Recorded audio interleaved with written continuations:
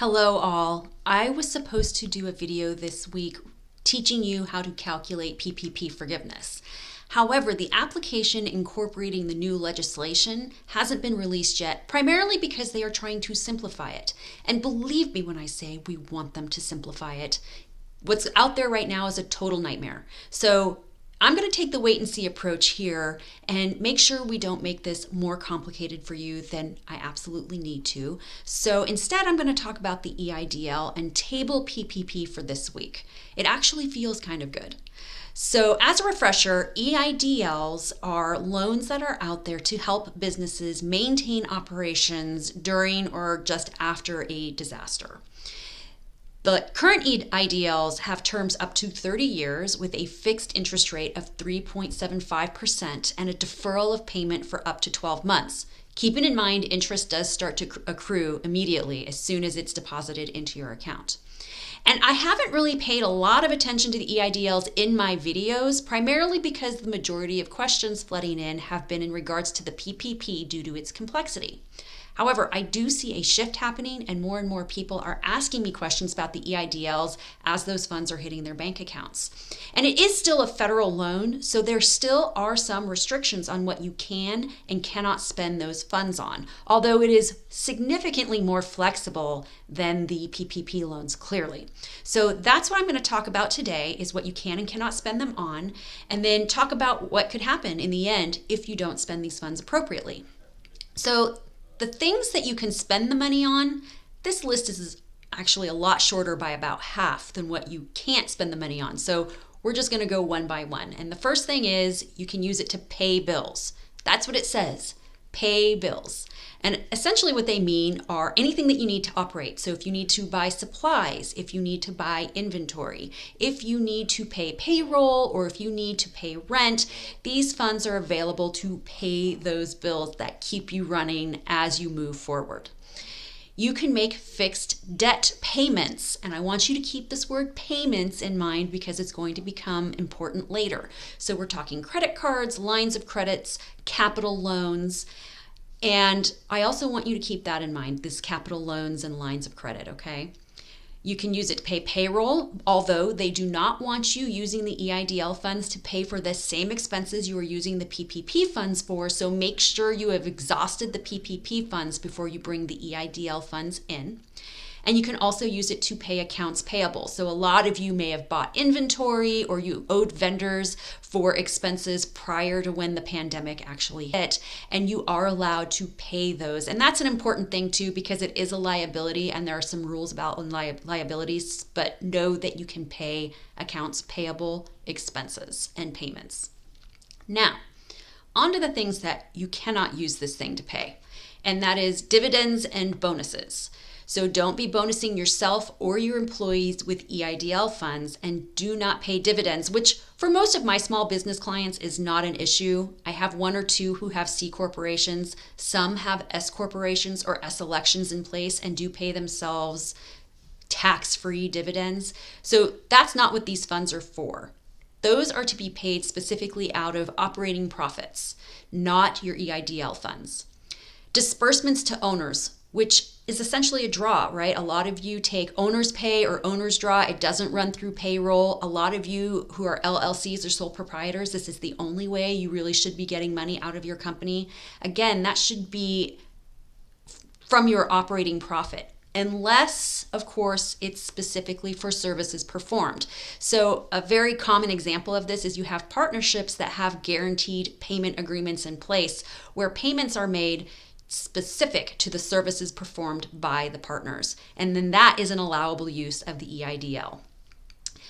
Okay, repayment of stockholder or principal loans. So some of you out there have taken money from your own pocket and made a loan to your business. The EIDL is not intended to pay those loans back, not even in terms of payments. So do not be using those funds for that.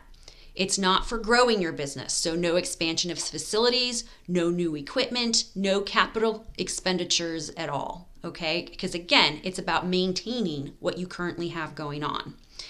paying off debt owed to any federal agency or the SBA. So for example, the PPP loans are federally funded. So you cannot use the EIDL to pay off the PPP loans. They do not want you to use federal money to pay off federal money. All right, so paying any direct federal debt except IRS obligations. So some of you may owe money for taxes, or you may have payroll taxes that need to be paid. It's okay for you to use this EIDL for business taxes, not personal taxes, but for business taxes. If you use this money for personal taxes, that is considered a draw and does not qualify as an acceptable use of the EIDL funds. All right, refinancing long-term debts. And honestly, this is one of the biggest things I've been hearing about or people have been asking about outside of the purchase of assets. A lot of people are seeing this loan. Its terms are 30 years. Its interest rate is 3.75, which means their payments each month are lower. And oh, by the way, the interest rate is significantly lower than their credit cards or their other capital loans that they may currently be making their payments on. You cannot use the EIDL to refinance those at a lower interest rate. It's an inappropriate use of the EIDL, and it is not something I would recommend that you do. Then the last thing is relocation. So you can't use these funds to move your business operations. So that seems pretty self-explanatory. Now on to what can actually happen to you. Well, first of all, let me point out in that all of my research, there's not really a whole lot of guidance. As a matter of fact, in talking about documentation, they say there's no expectation that you save the documentation for the EIDL except for your normal business reasons for saving it, like an IRS audit. So that's a little funky. And at the very end, it says, but this could change. There is absolutely no information on recourse. There's no information on whether the SBA can audit you on these. There is absolutely no guidance whatsoever except for this can change. And the bottom line is I think it's because not a whole lot of attention is being paid to the EIDL at all, because the PPP has been in the crosshairs. But given that I'm seeing a shift in attention from the PPP to the EIDL, I would expect that we start to see a shift of attention from the PPP to the EIDL by the government as well. So as always, my recommendations remain the same. Document, document, document. Make sure you are keeping everything. Keeping in mind that electronic format is perfectly fine. So if you have bills or lease agreements or receipts in any way, electronically storing them, one, guarantees that they won't burn down in a fire, providing that you store it in a cloud-based situation, and that it's always going to be legible and hopefully easy for you to access. Not to mention, it just takes up a lot less space when you digitally, digitize everything. So that's number one. Number two is I actually do think it's a good idea that you put your EIDL funds in a separate bank account, a lot like you did with the PPP. I wasn't convinced of this in the beginning because I'm not sure just how strict they're going to be with all of this and due to the flexibility of the EIDL.